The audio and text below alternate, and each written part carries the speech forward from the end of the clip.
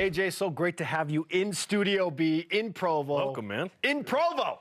Yeah. Like it's happening. It's here. How you feeling about the new move? Nah, great. I've been wanting to be here, and now that I'm here, it's just a finally moment, you know. You're going to be a college student. What's the most exciting thing / intimidating thing about taking college classes? I think it's more just exciting just to see what it's like, because I have a sister in college and she keeps telling me like college classes this. Like I want to see if like the rumors are true, if it's hard or not. I don't think it's really intimidating. I'm not too nervous about going to college. As an entry point, which classes or maybe which class are you most looking forward to as you begin this new adventure?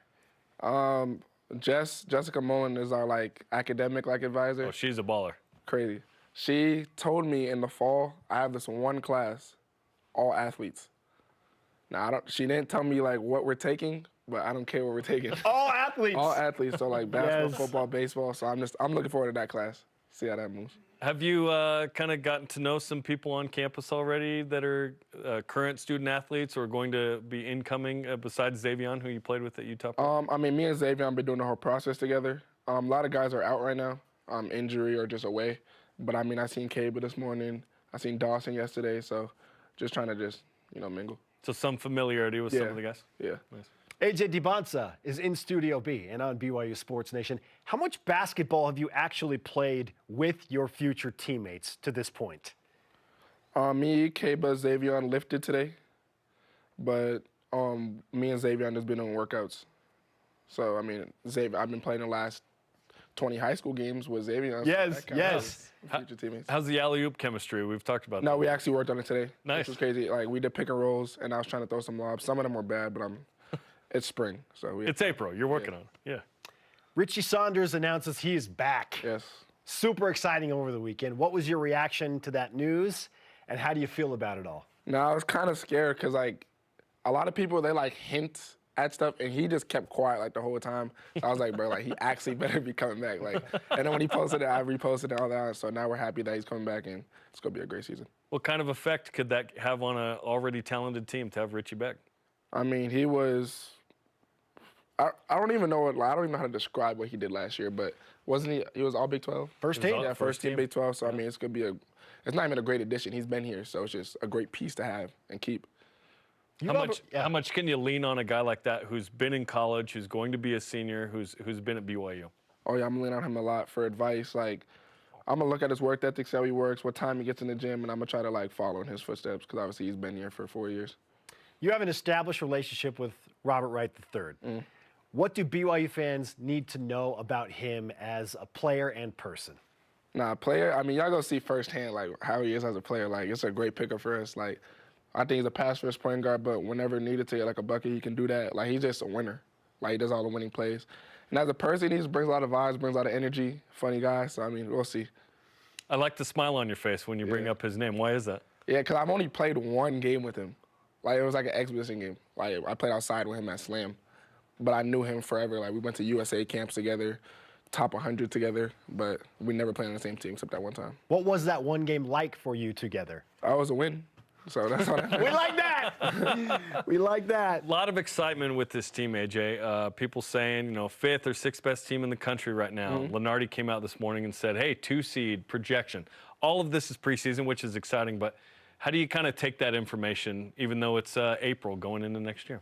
I mean, you can't really take too much because last year there's a lot of teams highly ranked preseason that didn't really make a run in the tournament or stuff like that because it's just on paper, but we just got to mesh together, work out together, and we can exceed those expectations. What's the work you have to put in the spring and summer to get to that point where once you get together in the fall, now it's official, you got the whole roster, that you can make that move? I think it'll be a lot of on the court for sure, but I think it's a lot of off the court bonding. Once you get that mesh, it'll be way easier on the court. You'll know what guys like, you'll know how guys feel, what makes them mad, what doesn't. At this point, who have you clicked with on the team? I know you haven't played a ton of basketball with them, but like those relationships you're talking about, what is happening that's going well and is easy? I can't say anybody yet. Me and Xavion, I just knew Xavion for the longest, and I knew Rob, but I don't think I've clicked with anybody yet.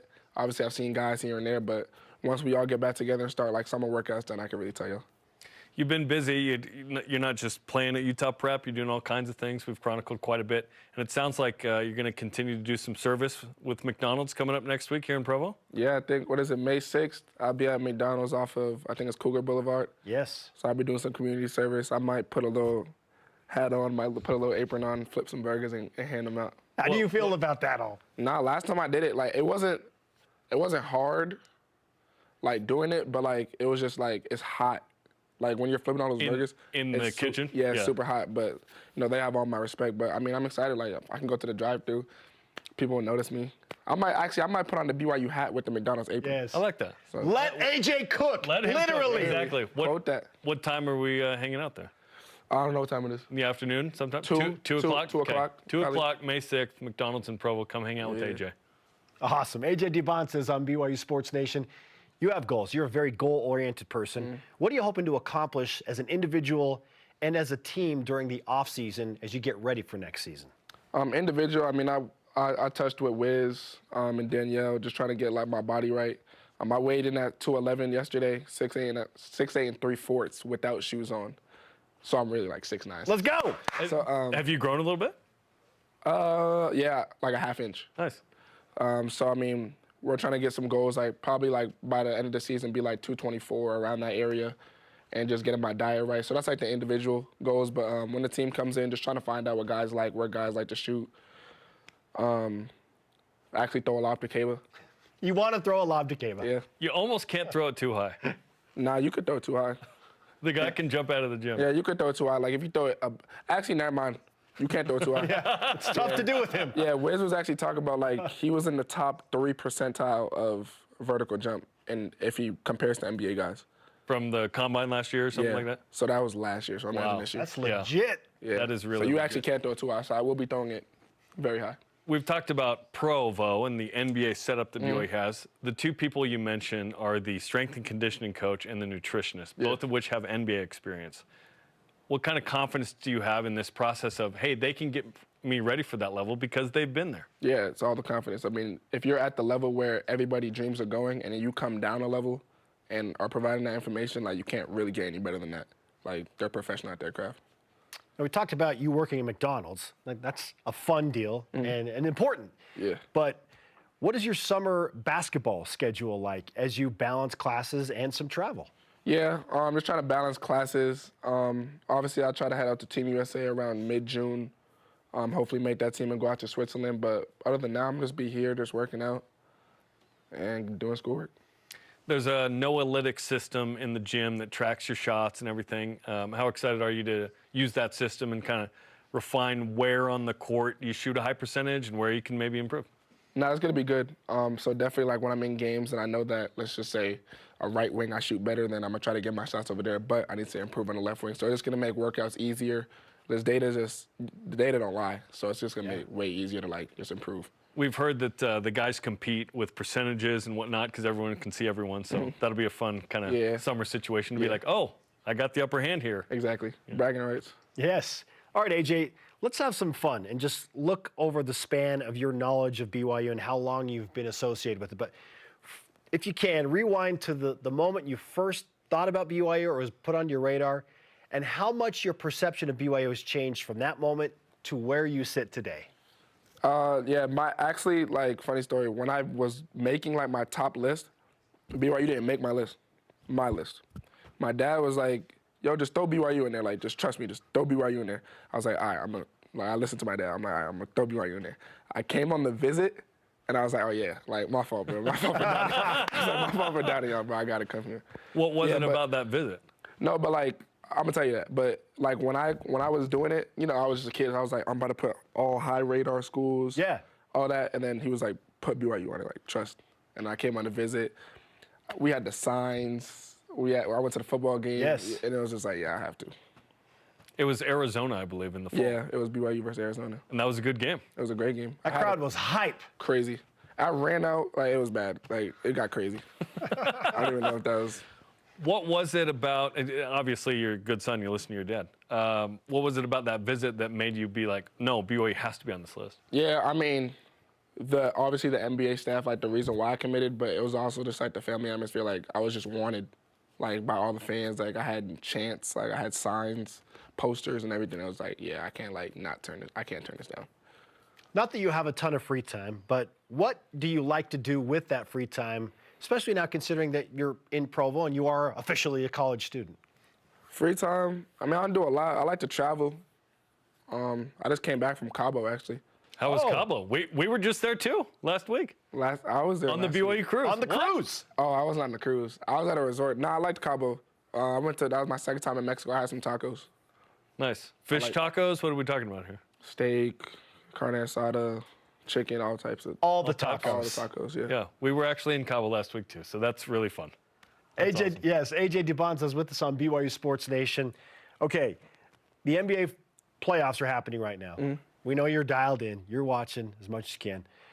Who is your favorite to advance out of the Eastern Conference and Western Conference and meet in the NBA Finals? I don't really care who's out the West. I have the Celtics winning.